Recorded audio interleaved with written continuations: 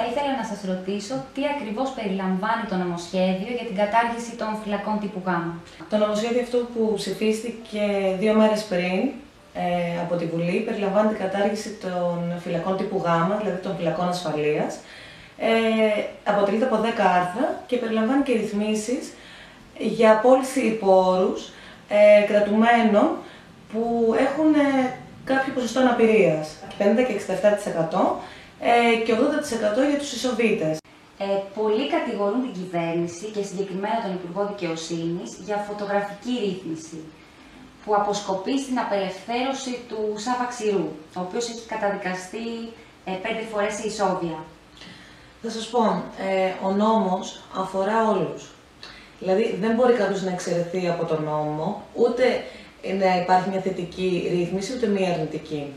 Καταρχάς, δεν μιλάμε για απελευθέρωση, μιλάμε για απόλυση υπό όρους, δηλαδή κατοίκον περιορισμό και ηλεκτρονικό βραχιολάκι. Ουσιαστικά, όταν μιλάμε για ισοβήτες, αυτή τη στιγμή υπάρχουν 2 ισοβήτες που εμπίπτουν στη ρύθμιση. Ο ένας ήταν 3, ήταν 2 καρκινοπαθείς και ο Σάββας Ξηρός. Ο ένας καρκινοπαθής πέθανε πριν ψηφιστεί το νομοσχέδιο.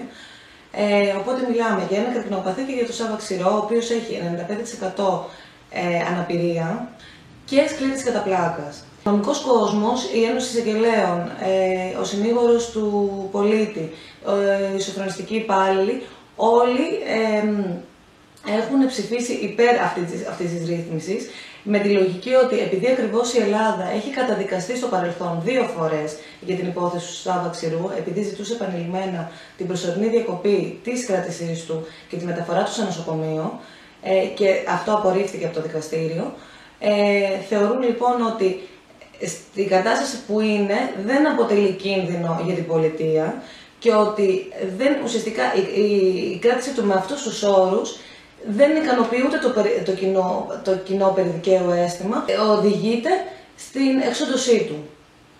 Οπότε όλο αυτό αντιβαίνει με τα άρθρα του Συντάγματος, με τα άρθρα για τα ανθρώπινα δικαιώματα των κρατουμένων και πάνω με αυτό το σκεπτικό προχώρησε και ο Υπουργός σε αυτή τη ρύθμιση.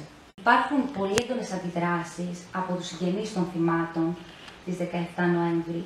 Και μάλιστα αντιδρούν ακόμα περισσότερο επειδή ο Σάββας Ξηρός, μπαίνοντας στη φυλακή, είχε ήδη μεγάλο ποσοστό αναπηρίας και μάλιστα στην προσπάθειά του να συνεχίσει την εγκληματική του δράση. Ναι. Θα σας πω το εξής. Η πολιτεία καλείται να παίξει ένα ουδέτερο ρόλο. Δηλαδή, η απώλεια του δικού μας ανθρώπου, ενώ ότι μας στιγματίζει και εννοείται ότι ο καθένας ανθρώπινα θέλει να τιμωρηθεί ο δράστης. Από εκεί και πέρα όμως, ο νομοθέτης οφείλει να παίξει ένα ουδέτερο ρόλο, να σοφρονίσει. Υπαρχικά το σύστημά μας είναι σοφρονιστικό, δηλαδή σοφρονίζει το δράστη, ακόμα και τον ιδεχθέστερο εγκληματία, αυτός είναι ο στόχος. Διαφορετικά, γυρίζουμε σε εποχές εφαρμογής της θανατικής ποινής, αν θέλουμε την εξόντωσή του. Από εκεί και πέρα, ναι, ο Σάββας Ξηρός μπήκε με ένα ποσοστό αναπηρίας 68% γιατί η βόμβα έσκασε στα χέρια του. Άρα το 68% με το οποίο μπήκε έχει γίνει 98%. Και αυτό οφείλεται στις άθλιες συνθήκες κράτησης. Ιδανικά λοιπόν θα έπρεπε να μιλάμε για αναδιάρθρωση του σοφρονιστικού συστήματος, ώστε να είναι σε θέση να παρέχεται η ιατρική βοήθεια σε όλους αυτούς τους κρατούμενους μέσα στις φυλακές. Αυτή τη στιγμή όμως δυστυχώς οι φυλακές δεν έχουν τα νοσοκομεία που χρειάζονται για να μπορούν να περιθάλψουν αυτούς τους κρατούμενους. Και σε μια προσπάθεια να διασφαλιστούν και τα δικαιώματα των κρατουμένων, έγινε και αυτή η ρύθμιση.